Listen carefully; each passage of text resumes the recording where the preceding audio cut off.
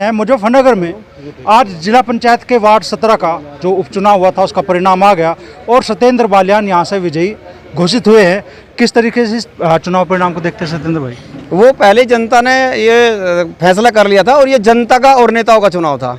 जनता ने नेताओं को नकार दिया और जनता ने खुद वर्कर बन के ये चुनाव जीता है। मैं सभी का आभार व्यक्त करता हूँ, इनको बधाई देता हूँ कि मेरे बराबर में खड़े हो गए, आम पब्लिक ने मेरे बराबर में खड़े होकर मुझको चुनाव जिताया, तो इनका सबसे बड़ा श्रेय इन लोगों को जाता है। अच्छा, मुस्लिम बाहुल्य वार्ड था आपका, ये मुद्दा भी बनाने की कोशिश की गई कि भाई मुस्लिम बाहुल्य वार्ड है और समाजवादी पार्टी, आज़ाद समाज पार्टी, कांग्रेस और आम आदमी पार्टी ने कैंडिडेट खड़ा किया तो जाट खड़ा कर दिया। इसको लेकर सांसद हरिंदर मलिक जी तक को निशाना बनाया गया। इसमें क्या हुआ, ये कुछ लोग वही थे जो भाजपा की बी टीम थी और वो सारे चाह रहे थे कि एमपी साहब को भी इनको सबको घसीट दिया जाए, लेकिन जनता ने इनको खुद घसीट दिया और ये कभी नहीं चलता। ये हिंदू मुस्लिम का जो बनाना चाह रहे थे वो नहीं बना पाए। जनता चाहती है अमन और चैन, और अमन चैन पे ही उन्होंने वोट डाली। रही बात, बहुत से कह रहे थे कि 4 पार्टियों का 5 पार्टियों का, जो बार्डन का भी है, मुझे मेरा साथी रहा वो बोल रहा था जो बार्डन की जरूरत नहीं है, मेरी जनता ने ही तुम्हें धूल चटा दी, तुम तीनों कैंडिडेट भी मेरे जितनी वोट नहीं ले पाए। अच्छा, जैसे मलिक साहब को खुद इस चुनाव में आना पड़ा तो मुस्लिम वोटरों ने मलिक साहब को भी मान रखा क्या? मान रखा है मलिक साहब का। उन्हें तो इसलिए आना पड़ा कि इन्होंने एक अफवाह चलाई थी कि समाजवादी पार्टी और आज़ाद समाज पार्टी और चारों पार्टियां इनको सपोर्ट नहीं कर रही, तो लास्ट वाले दिन उनको आना पड़ा कि नहीं सपोर्ट कर रहे हैं और हमारा कैंडिडेट है और हम ही सब संयुक्त प्रत्याशी है, तो उनको इसलिए आना पड़ा, नहीं तो उन्हें आने की जरूरत नहीं थी। जब भी इतनी वोटों से जीतते कोई परेशानी नहीं थी। उनको झूठ घसीट रहे हैं जो लोग भारतीय जनता पार्टी के लोग हैं, जो संजीव बालियान के साथ में रहे, ये वो लोग हैं, सिर्फ वो लोग थे। इनमें से एक बता दो कौन सा था जो एमपी साहब के चुनाव में एमपी साहब के साथ रहा था और राज जनता जनार्दन है। ये दिखा दिया कि आप कितना भी झूठ सच फैला लें, हिंदू मुस्लिम कर लें, लेकिन जिसको जहां वोट देनी है वो वहीं वोट देगा और वो ठोक कर दिए। तो लोकसभा चुनाव के परिणाम की छाया इस चुनाव पर भी रही? हाँ बिल्कुल रही और आगे भी रहेगी, शायद मीरापुर पे भी रहेगी और 27 में भी रहेगी।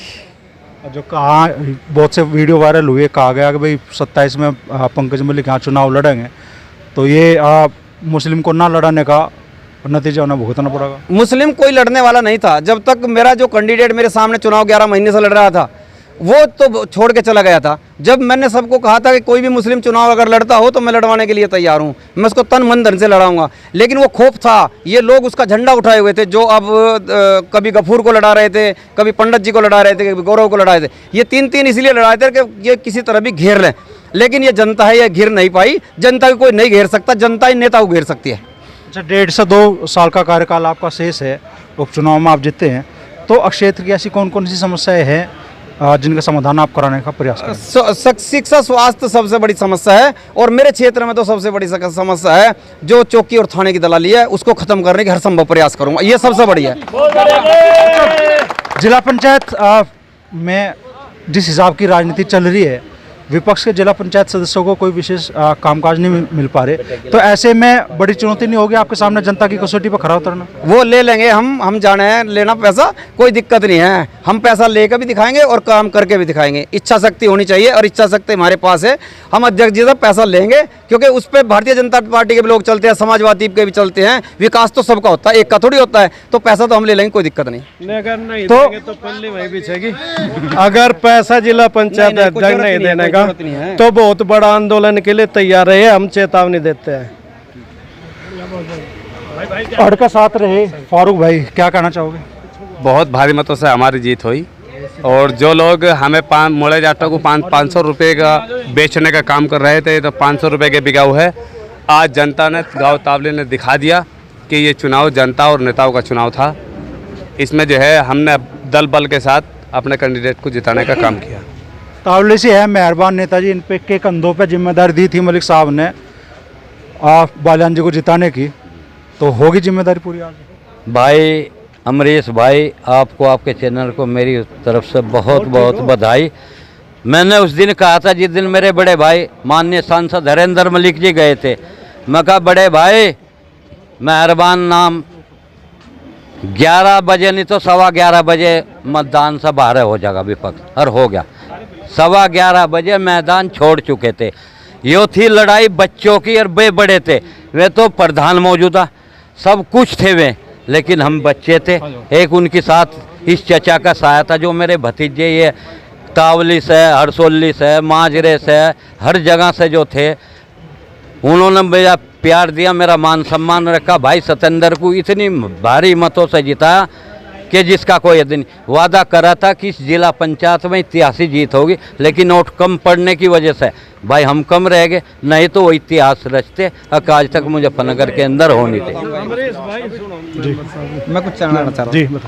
अब ना आपने भी लोकसभा का बताया था, ये चुनाव जब हुआ नहीं था तो ये रोक दिया गया था, सिर्फ इसको सेमीफाइनल बताया गया था, लेकिन सेमीफाइनल अब बाद में हुआ, फाइनल पहले हो गया। तो एमपी साहब का, विधायक जी का, उन्होंने बहुत मेहनत की और वे अमन चैन चाहते हैं क्षेत्र में, तो अमन चैन का सब स्वीकार भी करते हैं और वो अमन चैन में ही उन्होंने इतना सहयोग करा कि मैं कहना जनता का और उनका बहुत बहुत धन्यवाद और आभार व्यक्त करता हूँ। तो सेमीफाइनल हो या फाइनल हो, result same. Result same, result same. क्या कहना चाह रहे हो भाई? मैं धीरज अम्बेडकर नरोत्तमपुर से, मैं सभी क्षेत्र की जनता को, साता गांव की जनता को बधाई देता हूं और आपके चैनल को बधाई देता हूं अपनी जीत की जी। बहुत बहुत धन्यवाद जी। और मेहरबान भाई जी का बहुत बहुत वो है।